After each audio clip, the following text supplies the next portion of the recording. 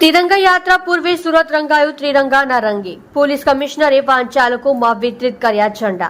સુરતમાં આગામી 11મી ઓગસ્ટ રવિવારના રોજ મુખ્યમંત્રીની ઉપસ્થિતિમાં તિરંગા યાત્રાનું આયોજન કરવામાં આવ્યું છે।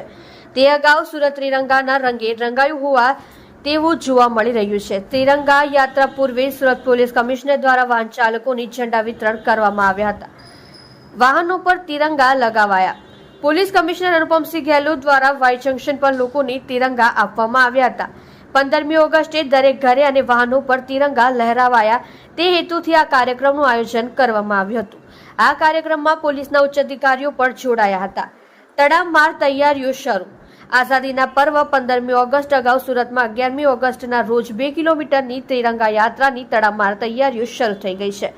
વાય જંકશનથી લાલભાઈ કોન્ટ્રાક્ટર સ્ટેડિયમ સુધીના 2 કિલોમીટરના રૂટ પર તિરંગા યાત્રા યોજાનાર છે, જેમાં મુખ્યમંત્રી ભૂપેન્દ્ર પટેલ પણ જોડાશે, જેથી વહીવટી તંત્ર દ્વારા અત્યારથી જ અલગ અલગ ઇવેન્ટ્સ દ્વારા તડામાર